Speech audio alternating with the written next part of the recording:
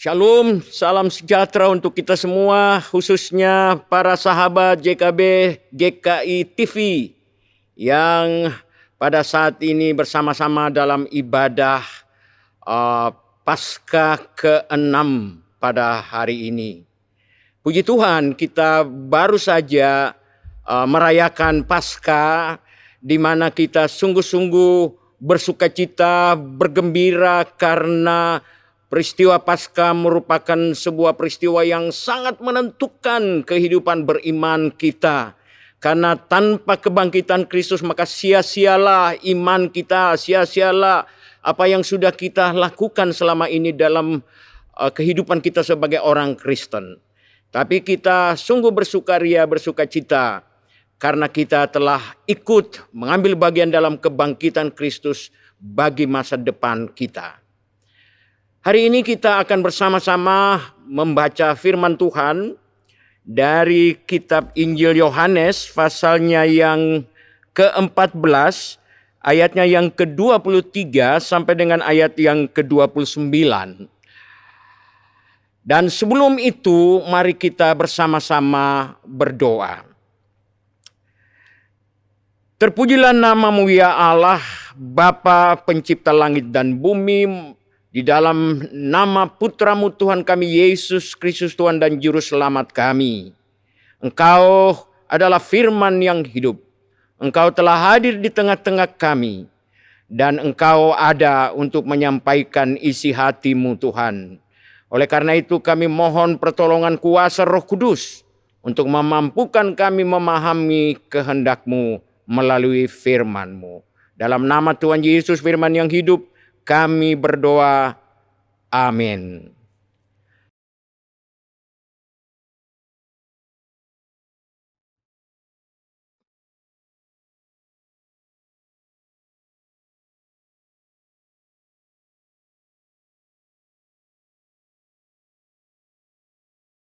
Bacaan pertama diambil dari Kisah Para Rasul pasal 16 ayat 9 sampai ayatnya yang ke-15.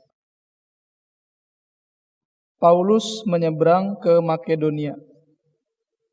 Pada malam harinya tampaklah oleh Paulus suatu penglihatan, ada seorang Makedonia berdiri di situ dan berseru kepadanya, katanya, "Menyeberanglah kemari dan tolonglah kami."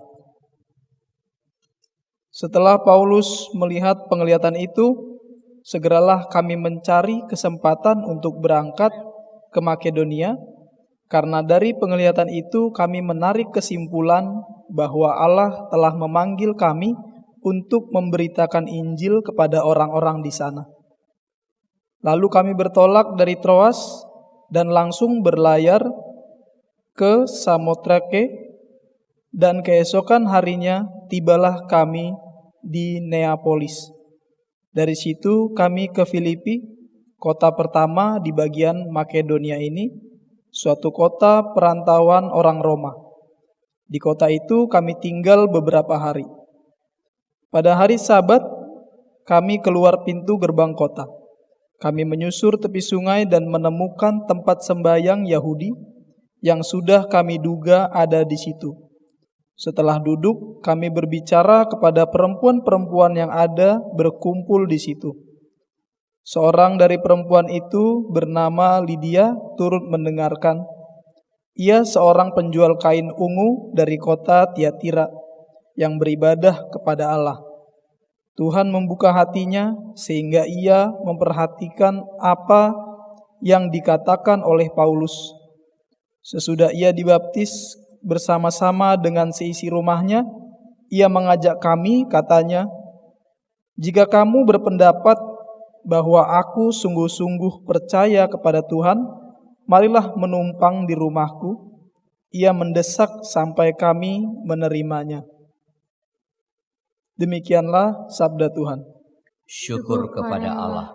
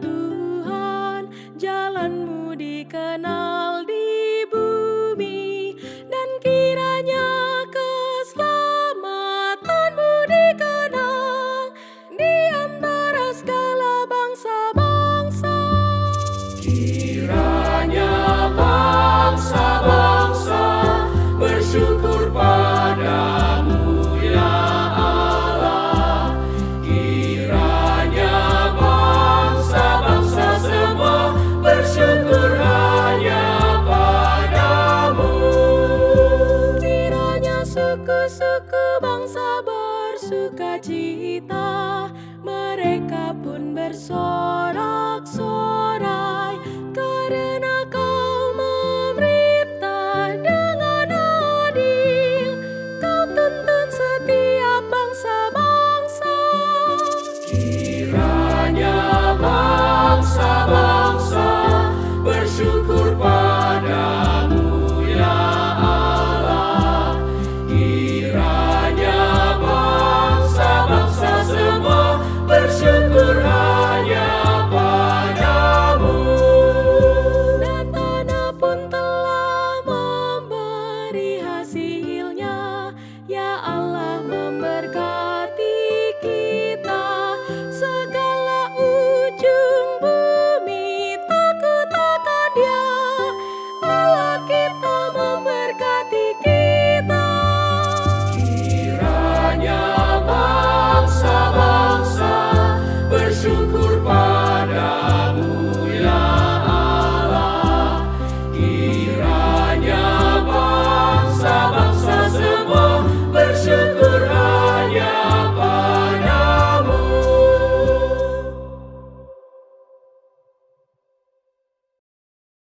Bacaan kedua dari surat Wahyu pasal 21 ayat 10 dan ayat 22 sampai pasal 22 ayatnya yang kelima.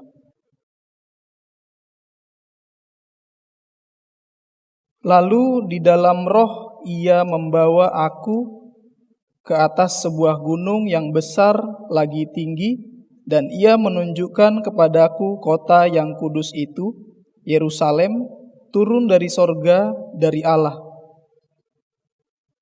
Dan aku tidak melihat bait suci di dalamnya, sebab Allah, Tuhan yang Maha Kuasa, adalah bait sucinya. Demikian juga anak domba itu. Dan kota itu tidak memerlukan matahari dan bulan untuk menyinarinya, sebab kemuliaan Allah meneranginya, dan anak domba itu adalah lampunya. Dan bangsa-bangsa akan berjalan di dalam cahayanya, dan raja-raja di bumi membawa kekayaan mereka kepadanya. Dan pintu-pintu gerbang tidak akan ditutup pada siang hari, sebab malam tidak akan ada lagi di sana. Dan kekayaan dan hormat bangsa-bangsa akan dibawa kepadanya. Tetapi tidak akan masuk ke dalamnya sesuatu yang najis, atau orang yang melakukan kekejian atau dusta, tetapi hanya mereka yang namanya tertulis di dalam kitab kehidupan anak domba itu. Lalu Ia menunjukkan kepadaku sungai air kehidupan yang jernih bagaikan kristal dan mengalir keluar dari takhta Allah dan takhta anak domba itu. Di tengah-tengah jalan kota itu, yaitu di seberang menyeberang sungai itu, ada pohon-pohon kehidupan yang berbuah 12 kali tiap-tiap bulan sekali, dan daun pohon-pohon itu dipakai untuk menyembuhkan bangsa-bangsa. Maka tidak akan ada lagi laknat, takhta Allah dan takhta anak domba akan ada di dalamnya, dan hamba-hambanya akan beribadah kepadanya, dan mereka akan melihat wajahnya, dan namanya akan tertulis di dahi mereka.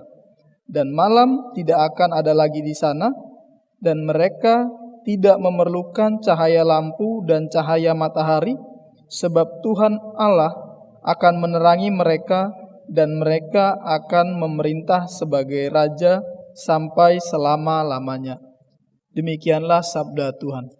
Syukur kepada Allah.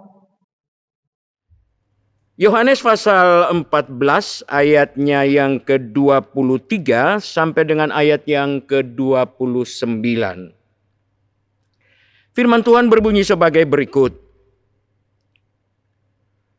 Jawab Yesus, "Jika seorang mengasihi aku, ia akan menuruti firman-Ku, dan Bapa-Ku akan mengasihi dia, dan kami akan datang kepadanya dan diam bersama-sama dengan dia.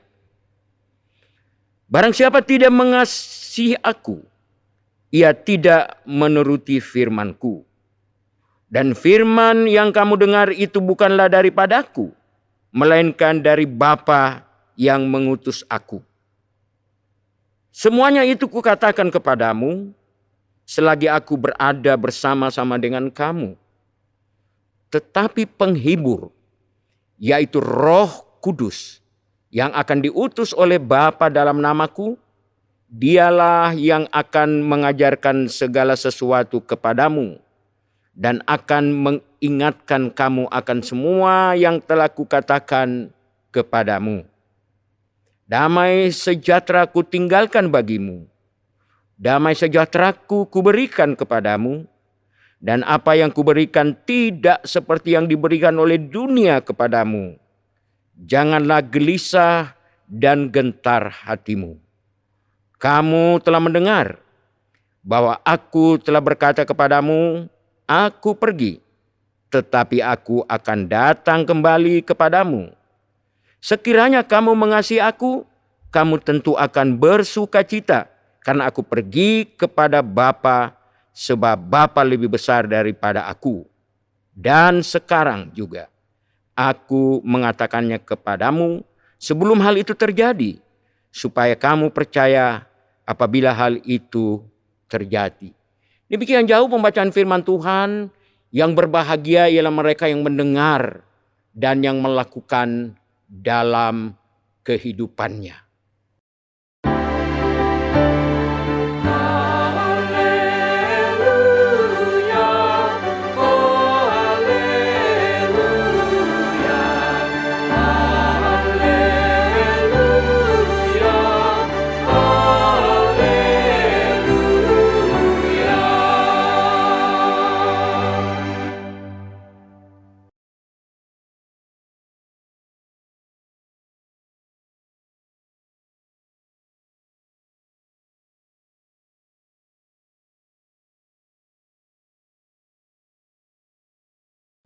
Jemaat yang dikasihi oleh Tuhan, sahabat JKB GKI TV.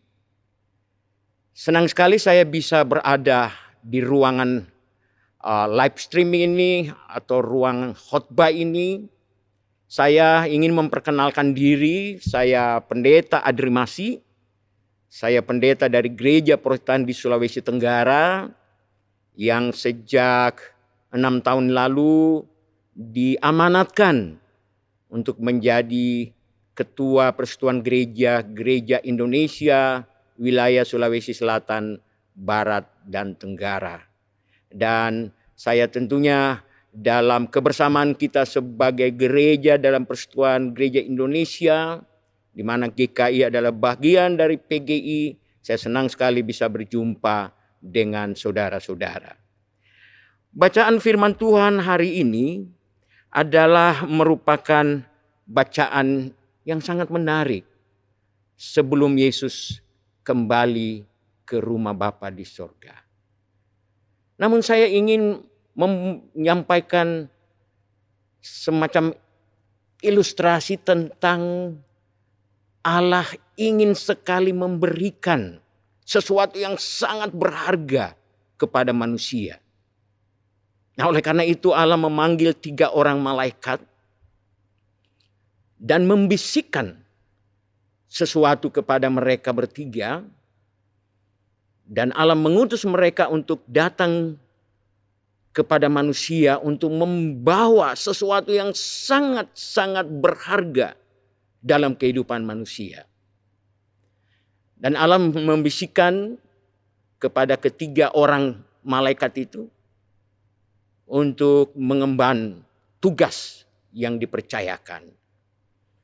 Lalu kemudian setelah mereka telah menjalankan tugas, mereka kembali dan Allah bertanya kepada mereka,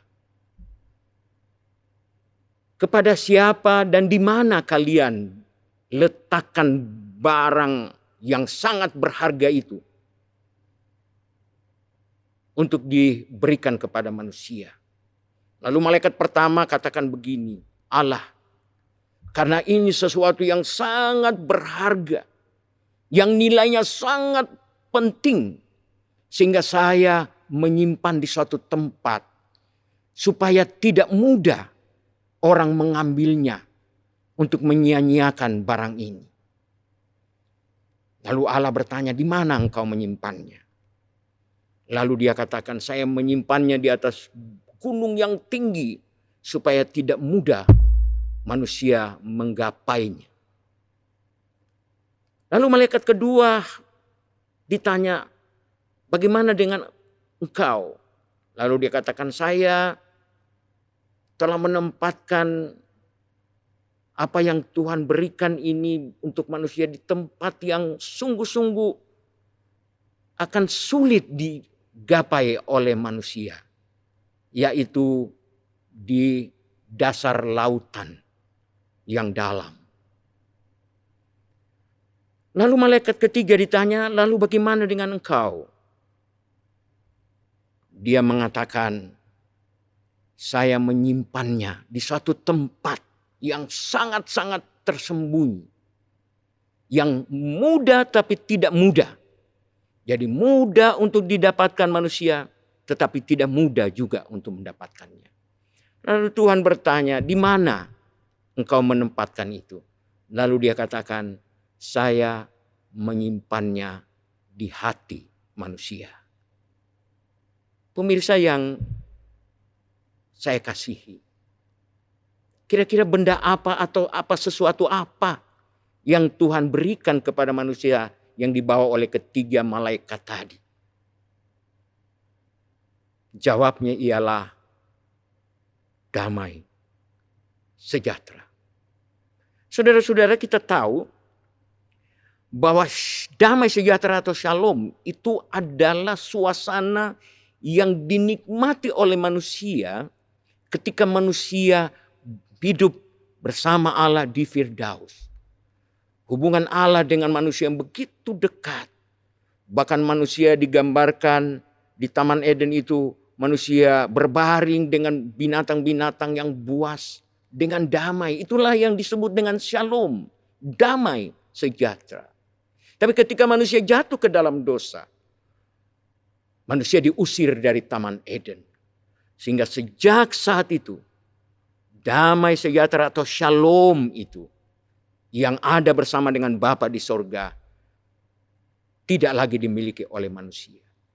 Sejak saat itu mahkota kemuliaan ciptaan Allah yang mulia bagi manusia diambil kembali.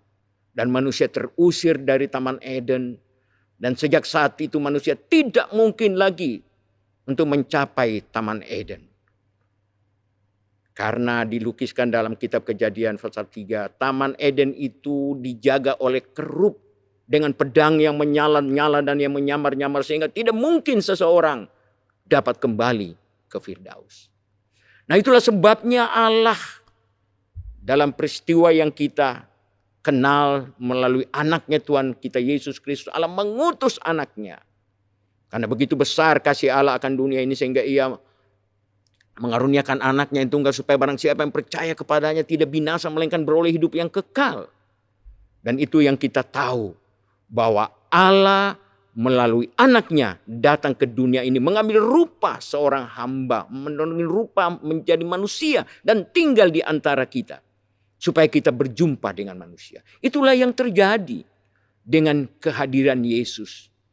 Dan selama 33 tahun bersama dengan Yesus, Yesus menyampaikan tentang Injil, berita sukacita. Beritanya ialah bahwa manusia melalui iman kepada Kristus diperbolehkan untuk kembali ke Firdaus, menikmati shalom, menikmati damai sejahtera bersama Allah.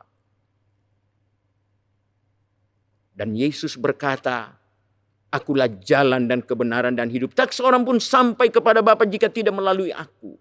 Saudara-saudara, pernyataan ini hendak mengatakan bahwa manusia mendapatkan kesempatan untuk kembali ke Firdaus, menikmati damai, menikmati shalom itu. Dan Yesus berkata dalam Yohanes 3 ayat 13, Yesus mengatakan, tak seorang pun pernah naik ke sorga selain daripada Dia yang turun dari sorga, yaitu anak manusia. Artinya ialah bahwa Yesus yang adalah Allah telah berjumpa dengan manusia. Dan Yesus tahu jalan kembali ke Firdaus, kembali kepada Allah. Dan itulah yang dikatakan oleh Yesus, akulah jalan dan kebenaran dan hidup. Dan ketika Yesus hadir dan bergaul dengan murid-muridnya, dengan orang banyak, namun Yesus harus mati. Dan itulah yang kita rayakan, kematian Jumat Agung. Tetapi kita bersyukur bahwa Yesus telah mengalahkan maut melalui kebangkitannya. Murid-murid telah bertemu dengan Yesus yang bangkit, mereka sungguh bersuka cita, bergembira karena mereka tahu bahwa mereka ikut dimenangkan oleh kebangkitan Yesus. Nah, pembacaan kita hari ini ialah ketika Yesus telah bangkit dan Yesus masih tinggal 40 hari lamanya bersama dengan murid-murid dan berjumpa beberapa kali dengan mereka. Karena apa? Karena Yesus ingin meyakinkan kepada murid-muridnya bahwa dia sungguh-sungguh bangkit. Ketika Thomas disampaikan bahwa Yesus telah bangkit, Thomas tidak percaya. Sehingga ketika berjumpa dengan Yesus, Yesus berkata, Thomas, cucukkanlah jarimu di lambung yang tempat aku ditombak supaya engkau percaya. Dan kita semua adalah orang-orang yang berbahagia karena kata Yesus kepada Thomas, berbahagialah mereka yang percaya walaupun tidak melihat. Dan apa yang dialami oleh murid-murid ketika mereka sedang euforia bersuka cita karena kebangkitan Yesus, mereka sudah berjumpa. Lalu pada satu ketika Yesus mengumpulkan murid-muridnya dan menyampaikan pesan. Inilah pesan yang disampaikan melalui bacaan kita tadi. Bacaan kita adalah pesan terakhir atau kata-kata terakhir yang disampaikan Yesus kepada murid-muridnya sebelum ia naik ke sorga. Tentunya saudara-saudara, Yesus sadar bahwa dia akan meninggalkan murid-muridnya. Murid-muridnya akan menjalani kehidupan yang tidak mudah. Ya, sebagai pengikut Yesus. Mereka akan mengalami banyak masalah, tantangan, bahkan mereka akan mungkin mati untuk iman mereka. Oleh karena itu Yesus berpesan supaya mereka dapat menyadari bahwa Yesus akan mengutus Roh-Nya atau Roh Kudus sebagai pengganti dari kehadirannya. Namun Yesus juga berkata, jika seorang mengasihi aku, jadi ini perintah kasih. Jadi ketika Yesus mau kembali, dia masih mengingatkan lagi bahwa hal yang terutama dan penting dalam kehidupan murid-muridnya, kehidupan umatnya ialah soal kasih. Karena ayat 23 berkata, jika seorang mengasihi aku, ia akan menuruti firmanku dan Bapakku akan mengasihi dia dan kami akan datang kepadanya dan diam bersama-sama dengan dia. Apakah ini tidak sesuatu yang luar biasa? Bahwa Allah berjanji akan datang bersama dengan Bapaknya untuk datang kepada kita. Itu artinya bahwa kita tidak akan berjalan sendiri. Kita akan berjalan bersama Bapa, berjalan bersama Yesus. Dan tentunya melalui kehadiran Roh Kudus yang menjadi representasi dari kehadiran Bapa dan Anak. Dan itulah sebabnya dalam ayat 27 dikatakan, damai sejahtera ku tinggalkan bagimu. Damai sejahtera ku berikan kepadamu. Dan apa yang ku berikan tidak seperti yang diberikan oleh dunia kepadamu. Janganlah gelisah dan gentar hatimu. Saudara-saudara, apa yang ditinggalkan oleh Yesus kepada murid-muridnya yaitu damai sejahtera. Itulah tadi di awal khotbah ini. Ketika Yesus mengutus 3 malaikat untuk membawa damai sejahtera.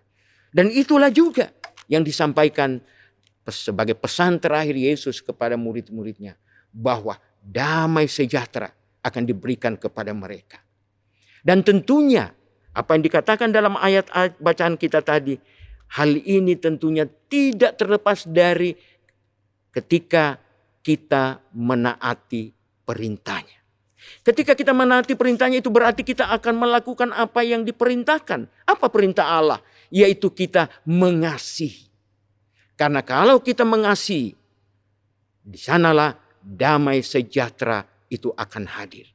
Karena kasih itu lahir dari bagaimana kita menghayati apa yang sudah diberikan Allah dalam kehidupan kita, yaitu damai sejahtera. Seorang yang memiliki damai sejahtera Allah pasti akan mengasihi. Dan seorang yang tidak memiliki damai sejahtera dalam hatinya, pasti dia tidak akan mengasihi. Nah, oleh karena itu dalam ayat 24 dikatakan, barang siapa tidak mengasihi aku, ia tidak menuruti perintahku. Dan firman yang kamu dengar ini bukanlah daripada aku, melainkan dari Bapa yang mengutus aku. Yesus ingin menegaskan lagi bahwa perintah ini bukan dari Yesus saja. Tapi ini perintah yang diberikan Bapa, yang diberikan Allah kepada Yesus untuk menyampaikan kepada murid-muridnya, menyampaikan kepada kita. Sehingga dalam ayat 25 dikatakan, semuanya itu kukatakan kepadamu selagi aku berada bersama-sama dengan kamu. Saudara-saudara, memang sedih perpisahan itu.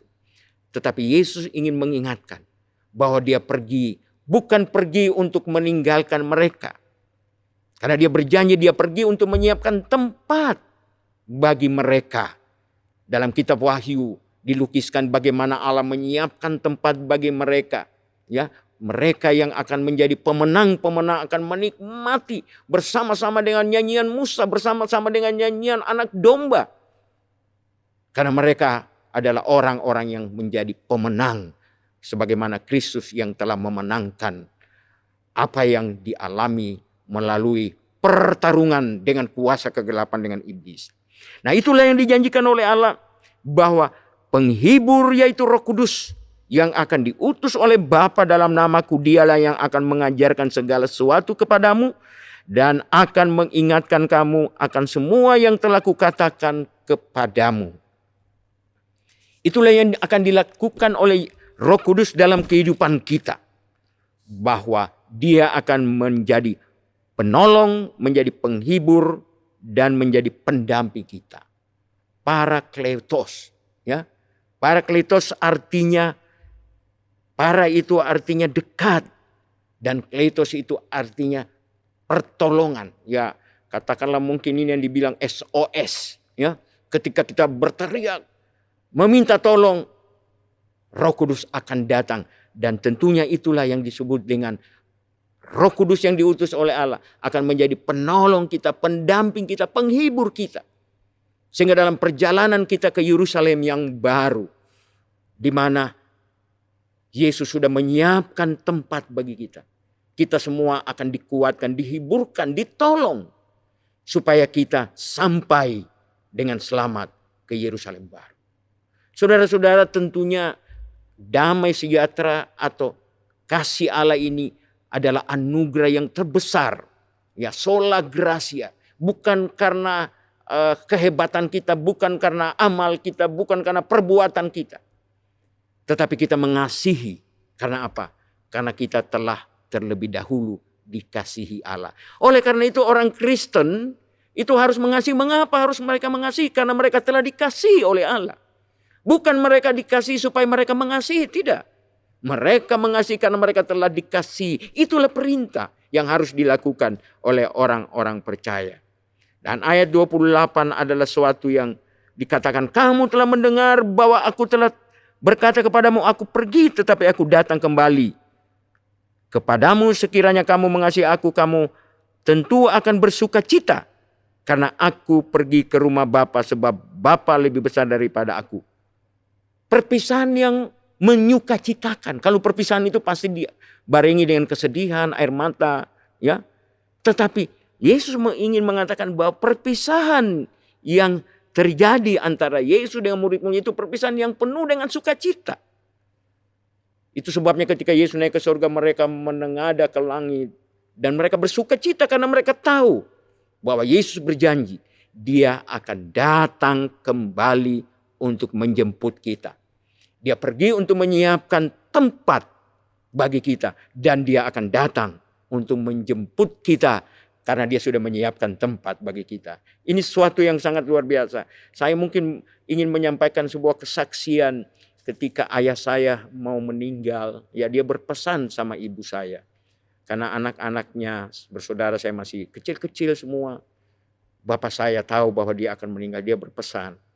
Dia bilang, "Mami, tidak usah takut. Ya, kalau saya ada bersama dengan kalian, itu luar biasa. Tetapi Allah akan menyertai kamu lebih daripada aku bersama kalian. Aku mendampingi kalian, aku menyertai kalian." Sesuatu yang sangat luar biasa, itulah yang menjadi pondasi iman kita sebagai orang Kristen.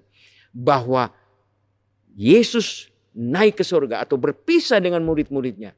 Bukan sebuah perpisahan yang pergi untuk tidak datang kembali. Tapi dia pergi untuk menyiapkan tempat. Dan ia akan datang kembali untuk menjemput kita. Dan ayat terakhir dari bacaan kita, "Dan sekarang juga aku mengatakannya kepadamu sebelum hal itu terjadi supaya kamu percaya apabila hal itu terjadi." Yesus ingin stressing lagi, mengingatkan lagi. Jangan kita ragu, jangan kita bimbang. Bahwa apa yang dia katakan itu sungguh-sungguh akan terjadi. Dan itulah yang sudah dilihat oleh Yohanes, ya, di dalam kitab Wahyu. Bagaimana Yohanes melihat, ya, apa yang belum terjadi, ya, oven barung. Allah membuka tabir kepada Yohanes, melihat apa yang akan terjadi, dan dia melihat bagaimana orang-orang yang menang bersama-sama dengan Yesus, ya. Itu yang sangat-sangat luar biasa. Dan mudah-mudahan, ya, saya mau pakai kata mudah-mudahan di sini bukan berarti saya meragukan, karena perjalanan kita masih jauh.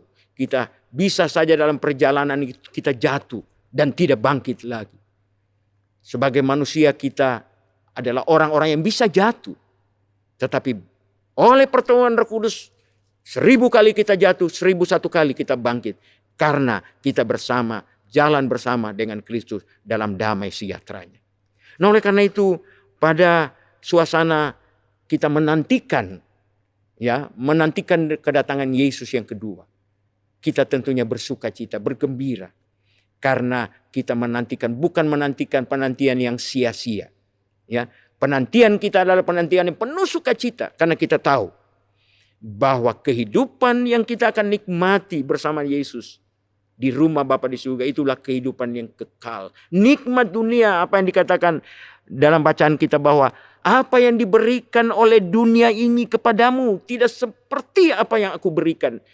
Yesus ingin mengatakan bahwa apa yang diberikan dunia ini, ya, apapun yang kalian dapat di dunia ini, seisi dunia ini kamu peroleh, tapi apa gunanya kalau kalian tidak memperoleh kehidupan yang kekal? Karena kehidupan kekal itulah harta yang terindah dalam kehidupan kita. Oleh karena itu, sidang jemaat yang kekasih, permisa yang berbahagia, sahabat YKB GKI TV, pada saat ini kita dikuatkan lagi, kita diingatkan lagi bahwa sebagai anak-anak Tuhan kita harus setia. Sebagai anak-anak Tuhan kita harus melakukan apa yang diperintahkan kepada Allah, yaitu saling mengasihi. Saudara-saudara, mengasihi adalah sesuatu yang sangat penting dalam kehidupan orang ini. Kalau kita mengatakan kalau kita mau peras Alkitab, ya, seluruh isi Alkitab kita peras dan tinggal satu kata, yang tersisa ada satu kata, yaitu kasih. Oleh sebab itu, orang Kristen harus hidup dalam kasih. Karena itu perintah, bukan himbauan. Kalau himbauan ya kita lakukan, bisa, kita tidak lakukan juga bisa.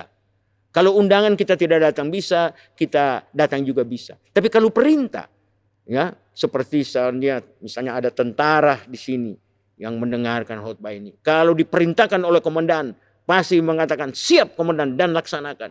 Dan itulah perintah. Dan kalau kita tidak melakukan perintah, tentunya apa yang dikatakan ada ganjaran, ada hukuman. Seperti misalnya kalau tentara tidak melakukan atau apapun, ya, mendapat hukuman. Nah, oleh karena itu kita tentunya bersuka cita karena kita mendapat amanat untuk mengasihi. Dan tentunya tidak mudah kita untuk mengasihi, kecuali kita memiliki damai sejahtera, karena akan keluar dari hati kita bagaimana kita merasakan damai, dan dengan damai itulah kita dapat melakukan apa yang diperintahkan Tuhan, yaitu mengasihi. Dan itulah yang Tuhan tanamkan dalam kehidupan kita. Itulah yang Tuhan berikan kepada kita. sebagai anak-anaknya, supaya warisan damai sejahtera yang diberikan oleh Allah melalui Roh Kudus itu akan menjadi milik kita dalam perjalanan kita menuju ke Yerusalem baru. Tuhan memberkati kita semua. Shalom. Amin.